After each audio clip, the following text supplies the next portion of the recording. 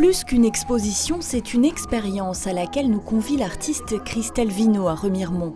Si au premier abord le visiteur découvre des portraits colorés, lorsque la lumière change, la fluorescence offre un nouveau regard, suivi de près par la phosphorescence pour une ultime expérience.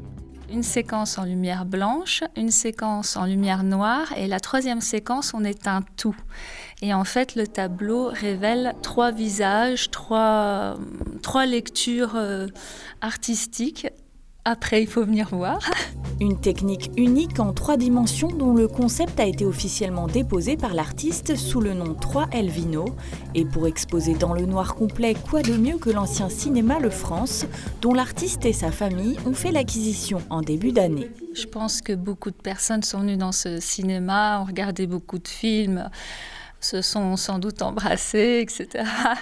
Donc là, le fait de faire revivre un petit peu encore ce cinéma avec un projet artistique, ça nous plaisait l'idée, donc on a mis ça, on va dire, de toutes pièces. Un dernier hommage en quelque sorte à ce bâtiment construit au début des années 90, avant qu'il ne soit transformé en 5 maisons d'habitation.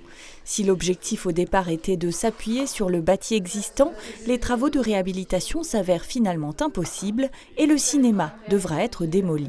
Malheureusement, on a eu une équipe technique qui est venue voir les matériaux et la structure du bâtiment. Donc on a fait tout ce qu'on a pu pour garder le bâtiment intact en faisant des ouvertures sur façade pour apporter de la lumière justement dans cette boîte noire. Et c'était vraiment extrêmement compliqué et c'était un défi technique qui devenait impossible.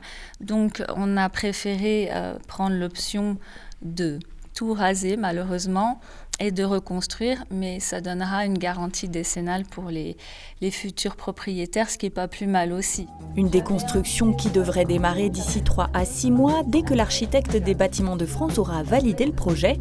En attendant, l'ancien cinéma accueillera une dernière fois le public pour l'exposition Vanité en lumière, à découvrir jusqu'au 6 décembre.